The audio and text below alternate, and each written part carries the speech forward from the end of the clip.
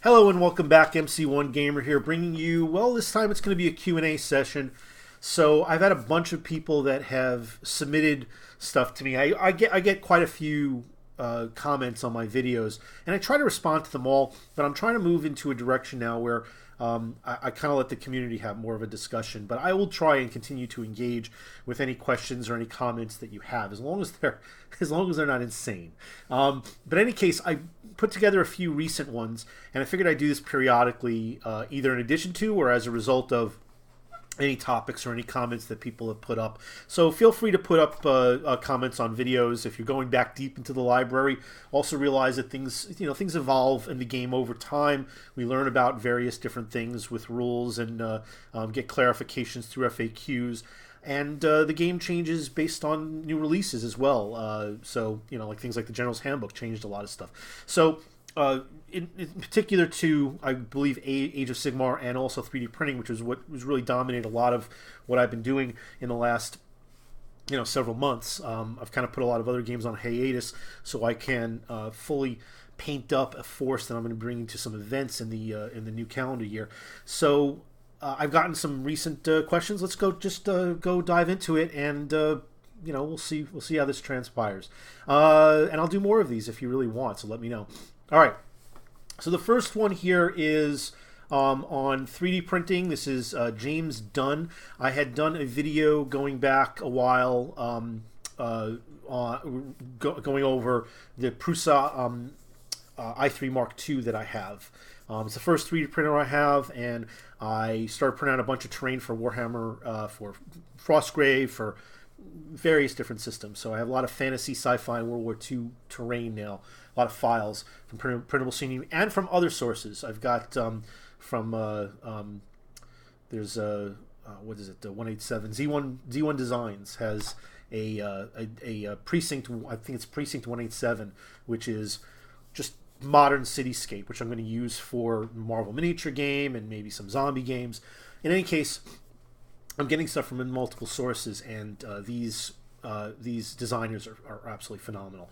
So this one was particularly on some stuff I had done from printable scenery, and like this arch and a couple, like it looked like a gateway. And the question was, can I ask what the unit cost of the gateway was? Is it just the materials once you have the printer? And thanks for the great video. Well, first of all, thank you for tuning in, James. And the unit cost, it tends to be that you get a roll of PLA, which is, I buy them in 1 kilogram sizes. I mean, if you're going to test out different types of material, colors, or even sources, because it really, there's a lot of differences in them. There's lots of videos out there on 3D printing where people test and evaluate different types of filament. You might want to go for something smaller, like maybe a 500 kilogram size, so that you don't have to have as much of an investment, and you can see what the results are. I tend to go off. Right now I've been going off of other people's feedback and not really doing that kind of testing myself as much. So I've been using materials like eSun and Hatchbox, and the printer originally came with an option to buy some of their own PLA, which I did, and that printed very well too. And I haven't had really any problems regarding the PLA. So I'd say don't look at reviews. Get a good quality, but don't overspend. But the cost tends to be for one of these 1 kilogram rolls, which is it's going to last you. It's going to last you a good amount. It tends to be anywhere from the 25 all the way up to as much as $50 for each one of them. I tend to go in the 25 to 35 range. You could go on the lower end of that and probably do very well. So it really is up to you. But when it comes to that, I can print out several different objects, provided there aren't failures, provided there aren't things that go wrong, and suddenly this big print fails in the last, like in the 90 percentile completion range.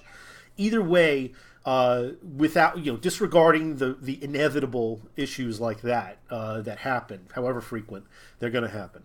I would say you look at that and you could print out 4 or 5 of these buildings depending on the size. I could print out 2 of the merchant houses that I have. Is it the merchant house? I think it might be the tavern, or one of a couple of the war cottages, and it also depends on how much the infill is, because if you have a lot of internal structure within the thickness of the model, you're going to use more PLA, and I tend to go thin on the infill unless it's a very thin, like column type object that might be flimsy and might need more internal structure. But I only look at that stuff as a lattice work to kind of maintain the integrity. And I don't think you're wasting a lot of PLA. I think one of the first prints I did, I went for a higher infill. Like I went from I think 10 to 0.20, and wow, it just took so much longer to print, and the thing was industrial strength, but it just didn't need to be that for a terrain piece I'll be putting on the table. So that's the cost in terms of material, but as I mentioned in a previous video, it's not the whole cost, because you could be spending 10, 15, I had one print that went for 40 hours, and there's prints that you could do multiple parts that could take the better part of a week. That's a lot of time, not just in terms of, look, electricity costs might not be tremendous, but it is an impact. But it's a lot of cost in terms of your involvement in the print. It's not, you may see people with banks of 3D printers. I'm not one of those guys, and I'm certainly, I'm always trying to troubleshoot. You may have various legs in printing some of these pieces, 4, 5, 8, 10 pieces, and in doing that, you're monitoring your printer. And unless you have one of these, and they're not pervasive by all 3D printer users, but unless you have some means to track the progress and the amount of material you have left in a spool, you're constantly checking, especially when you're getting into the latter half of the spool, on whether or not your print is ready to fail because you run out of filament. So you have to be able to prepare to change over. And I'm constantly checking because issues come up in the midst of prints at all different times. And if it's a 40-hour print on a piece or a 20-hour print, you don't want it to fail at the last tail end of it. And if it does fail, you want to reset everything, clean everything up, get all the garbage out, so that you could start it over and not waste another several hours of material printing. So the cost is more than just the dollar amount of the material.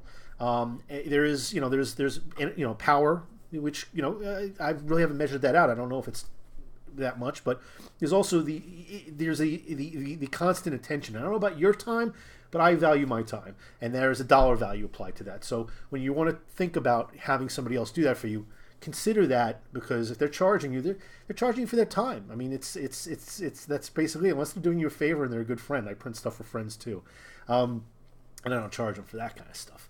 But I've done trades with some of my prints. I've done jobs for people. I have them buy the file so that the original owner doesn't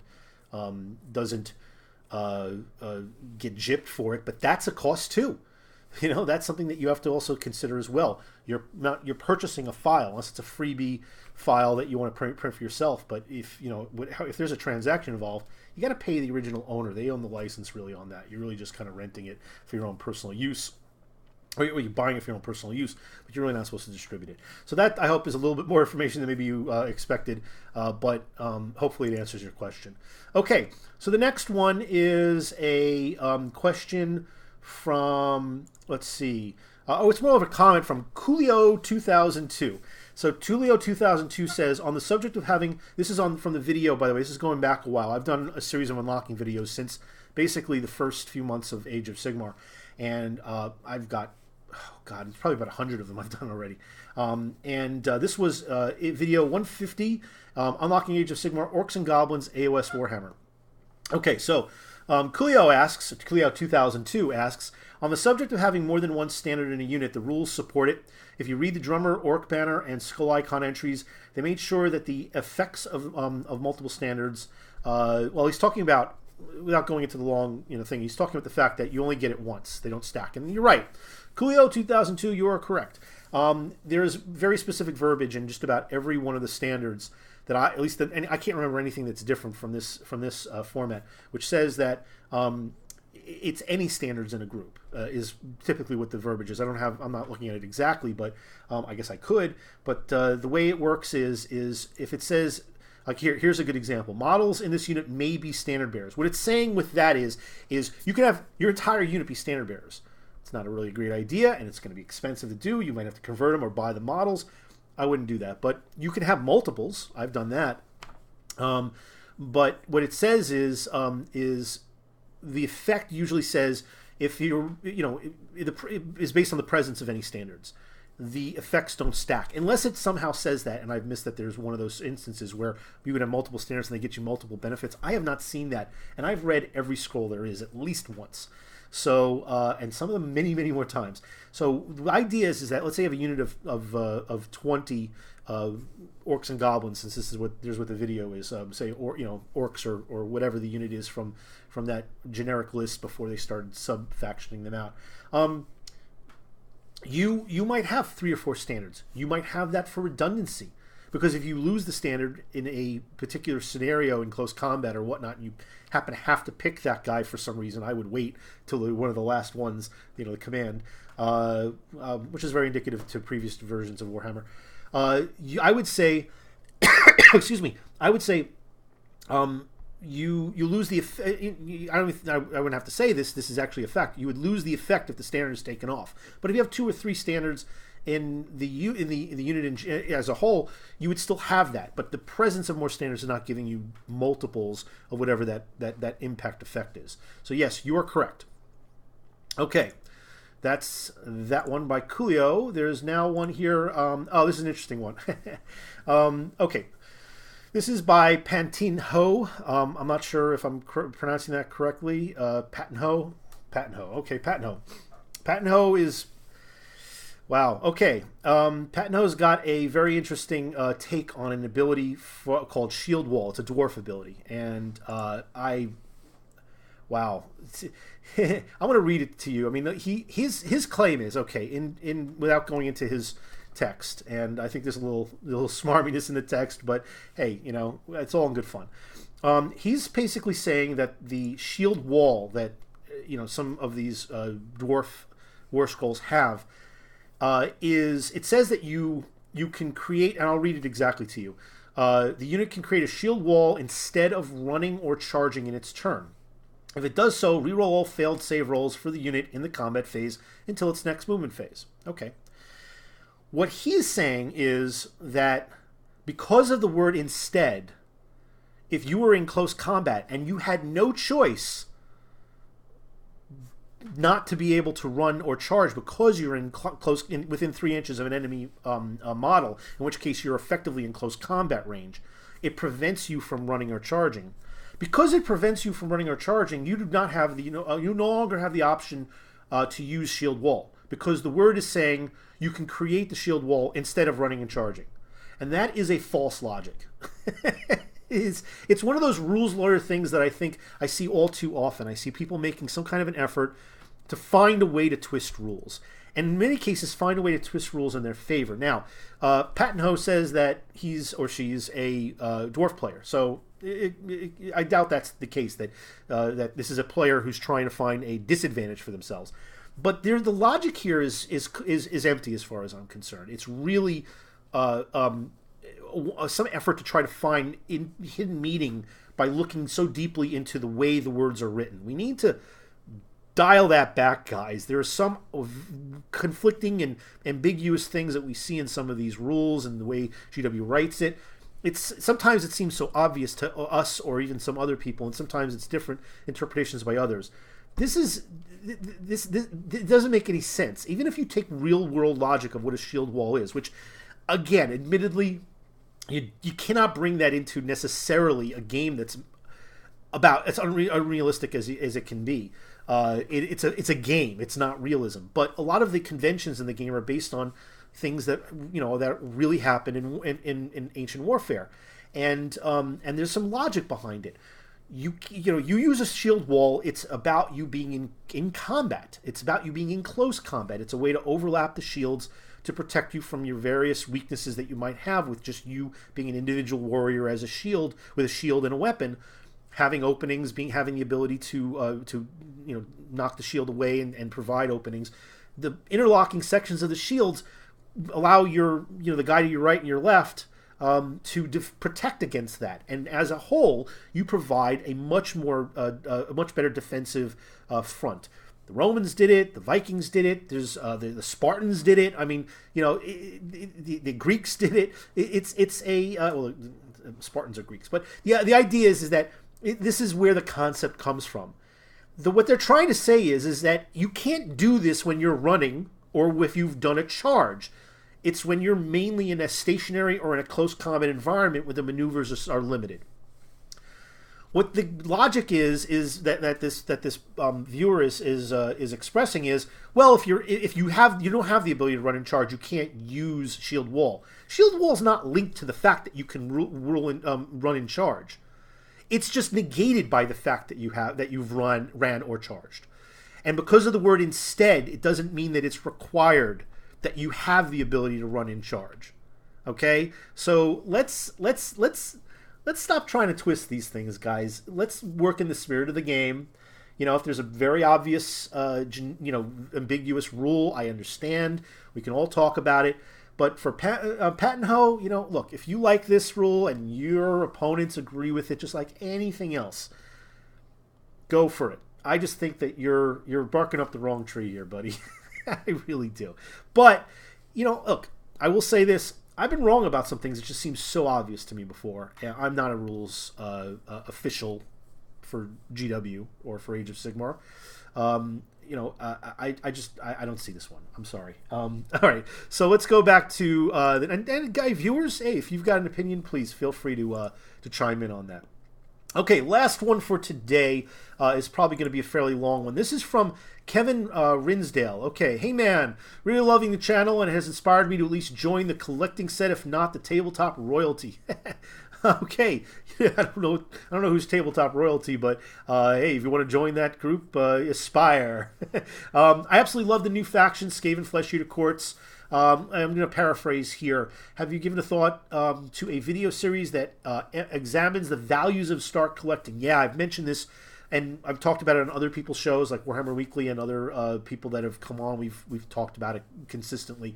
The value in general of the start collecting boxes is amazing. In many cases, there is a centerpiece model, a hero on a monster or a war machine type, a object that is the value of the entire set. Like for instance, the skeletal horde. Not much of a skeletal horde. There's only 10 skeletons. There's 5 Black Knights, and there's one centerpiece, which is one of the Mortarks. One of the Mortarks has cost in the past $70, and this is like a $75 US dollars pack, as far if I remember correctly, the dollar value. Either way, the centerpiece model, like the Carnosaur in the one for the Seraphon, the Lizardman, that tended to be the value also of what this whole box was. So you got like 2 units free. Yeah, the value is amazing. What I think he's saying, let's go. He's asking, my poor ratty soul was shattered to learn only Pestilence was given a sweet package and not my dear claw brethren in Clan Scryer. Secondary question: can Scryer battle line units? Okay. Clan Scryer battle line units. Am I restricted to clan rats or these silly globadiers? Those are the acolytes. I might have to develop a Verminous Scryer joint task force so I can take Storm Vermin. I simply despise the Globos look, and the clan rats seem underwhelming. Okay, so Kevin, yeah, if you're doing Scryer, you have a nice benefit. And if anybody doesn't know how these subfactions work, you look at the General's Handbook. It's really just General's Handbook match play stuff, but that's what dominates most of the play, let's be honest. Excuse me. Scryer has the benefit of not just having the acolytes be battle line, but if you're Legion, if you just have all of your units on the table, clan Scryer. If you have all that subfaction, it tends to unlock other units, sometimes more elite units, to be your battle line, to be your required minimum core auto-include units, which tends to be either 2 or 3, depending on the size of your game, or more. If you play really big games, there's more. In generic Chaos, not Skaven, in Chaos, there are a number of sub-factions that have battle line units that anybody can take. For Skaven, it's Clan Rats. You can have a just Skaven army, or you can have it as part of an include for a Chaos army. What's the benefit? The benefit is cheap bodies, and that's important on a lot of these missions. A lot of scenarios that we see in the General's Handbook require you to have at least 5 models, or maybe even the most models. And there's a lot of customized scenarios for events out there. that are being made for, by tournament organizers that replicate this. There are missions that require you to have a hero. There are missions that, that have various different factors involved. This is probably one of the most common ones. And I would say definitely one of the most common ones. So you want bodies. Plus, Skaven in general do well with these bodies. There's a lot of rules that have, bonuses for them. And an often overlooked rule is the Battle Shock rule, which says that at the beginning, after you've taken all your losses from close combat, shooting, magic, whatever, at the beginning of a combat, your leadership test, your Battle Shock test, is modified by +1 for every 10 models in a unit. So you may have a crappy leadership of, say, 5 or 6, but if there were 40 clan rats in a unit and you lost, 10, you're not going to lose necessarily another 5, 6, or 8 because of a bad Battle Shock roll. First, you've got to see if whatever abilities there are, and there's plenty of abilities with the Skaven in particular, that give you bonuses. So, but they also give you bonuses in the Battle Shock test inherently as part of the core rules for every 10 that were left at the beginning of taking that test. So if you have 10, 20, or 30, you're getting a plus, 2 or 3. That can really substantially impact the Battle Shock rolls. And I see a lot of people missing this stuff. This is a really good rule, and it was actually pointed out to me fairly recently, and I had forgotten about it because I don't play a lot of Horde armies. Actually, that's not true. I do zombies and skeletons quite a bit. In any case, that can really mitigate some of these bad leadership roles. It takes a lot. Battle Shock is not necessarily going to come into play in taking out these. So clan rats are not bad, but they obviously aren't as good as other units in terms of each man for man individual. They can absorb punishment, but they don't have great defenses, so you're going to take wounds. But when you look at, for instance, Clan Scryer, it opens up options if you are just within that particular subfaction. And that means you could take not only the Globadiers, the Acolytes, but the Storm Fiends. And Storm Fiends are amazing! If you want a battle line unit that is elite, multiple wounds, can really wreck face in hand-to-hand combat, and they are incredible ranged combat, you could take Storm Fiends as your battle line if you take just Clan Scryer. That's incredible. So, beyond that, the Globadiers, they're not that bad. If you don't have access to the Clan Rats because you're staying within Clan Scryer, why not take Globadiers? You have a unit now that has multiples. It's expensive to take Storm Fiends. There are three models, I think, in each unit. That's it. You're not going to claim many objectives with that. You want a horde, or at least a high quantity count, 20, of something, so that you can take an objective and hold it and be able to prevent somebody else from taking it. Screen troops is a big deal too. You want some fodder troops. Yeah, they're going to die, but they don't have great defenses. But let them screen. Maybe screen from your Storm Fiends. Imagine your tall Storm Fiends with good line of sight because they're tall, screened by these fodder of Globadiers, of the Acolytes. Well, guess what? People are going to ignore the crappier unit, and if they try to charge you in close combat, they're going to hit the crappy unit. And that opens up and gives a little bit more longevity for your very valuable and very effective Storm Fiends. Plus, let's not sell the Acolytes short. They're kind of glass cannons, but they've got some cannons. They're not long range, but they're like 9-inch range. But when you throw those Globadiers, and let's say you have 20 guys, okay, 10 hit, 5 to 7 wound, maybe 5 wound. They're -2 rend. That's going to open up a lot of tin cans pretty quickly. You got Storm Fiends with 3-up saves. They're 5-ups now. If they don't have even 3-up, is a damn good basic save. Very uncommon. But let's say people even have the standard 4s or even 5s. You've mitigated almost their entire save, and they're die 3 wounds. They will start racking up the wounds. Those Globadiers, if they survive and if you get within their shooting range, they don't do anything in close combat, but they are a nice screening throwaway garbage unit that if you walk into their red zone, their threat zone, their effective zone, you're gonna take some serious casualties, and you're gonna be ignoring them because you're probably, unless you know better, you're gonna be looking at those Storm Fiends. You got to make a decision on what you're gonna go after. Can't always go after one. You got to focus fire depending on the situation. That's how you would use them in many cases. Take and hold objectives and just dare your opponent to waste time threatening, on those guys while your other stuff chews them up. And if they do pay attention to something else, those guys are racking up objective points, and maybe even they're exacting some serious damage on an opponent that was stupid enough to completely ignore them or disregard their effectiveness. So I would definitely consider those units. Storm Vermin are effective, man, but you know, look, if you like them, build an army around them. But I've seen 20 Storm Vermin chop through Nagash in a turn. I mean, they can be very effective. But anything can kill anything in this game. You know, that's what the great thing about Age of Sigmar. There are elite troops that can do it better, but everything is vulnerable to everything, to the clan rat, to the zombie, depending on what combination synergies there are. The capability is there, rather than like old editions where it was a default no-brainer. You know, I've seen clan rats. There are videos of clan rats from the early days of Age of Sigmar that have taken down a bloodthirster.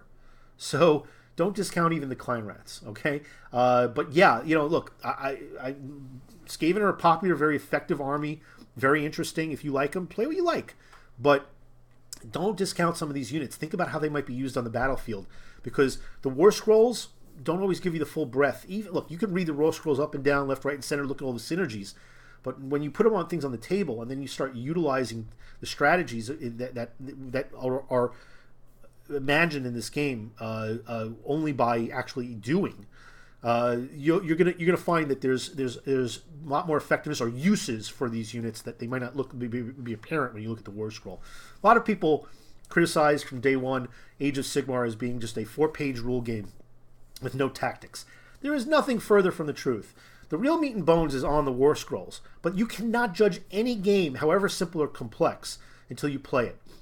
Chess at the basic level, probably the most advanced, and certainly one of the most, the game with one of the greatest longevities out there, has some basic rules. Each of the pieces does this, but when you take all that into account and then you apply it towards the game, amazing layers of strategy come into play.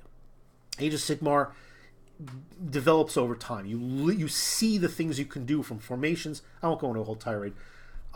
Figure out how your units can be best used. You might actually be the forerunner at the forefront of evolving tactics in the game, because the game is still young. It's still, we're talking a year and a half old. Yeah. So we're talking only 6 months since the General's Handbook came out. And it was a year ago, July, that the game came out. So we're still learning things. As much as some of our veterans and early adopters like me might know or have experienced hundreds of games or whatever, it doesn't matter. We're all still learning. There's still a learning curve going on for even the best of us. So figure it out and try it out. In any case, here's our Q&A session. If you've got questions and answers, please go ahead and submit them. And if you've gotten to this point, first of all, you win a cookie. And second of all, check out Warhammer Weekly, Vince and Tom's UNICEF donations. They're looking to try and generate money for kids who are, during the holidays, just, not as lucky as the rest of us. And they're not taking anything for themselves. And they've got a whole array of amazing prizes to randomly give away to donors. That's number one. Number two, year-end awards. Go vote. Look on Warhammer Weekly, one of their most recent videos. I'll put a link down below. Take the survey. You want to vote for me? Vote for me. If you want to vote for other people, there are some really good, content providers, painters, hobbyists. Just take a look at the survey, check it out, and get an idea of who you think deserves it. It's a goof. It's nothing serious, but it's cool. And if you want to give a little back and you want to support somebody that you whose content you like or you think is gifted with their paint work or whatnot, throw them a vote. All right. So there you have it. Have a great day, everybody, and till next time.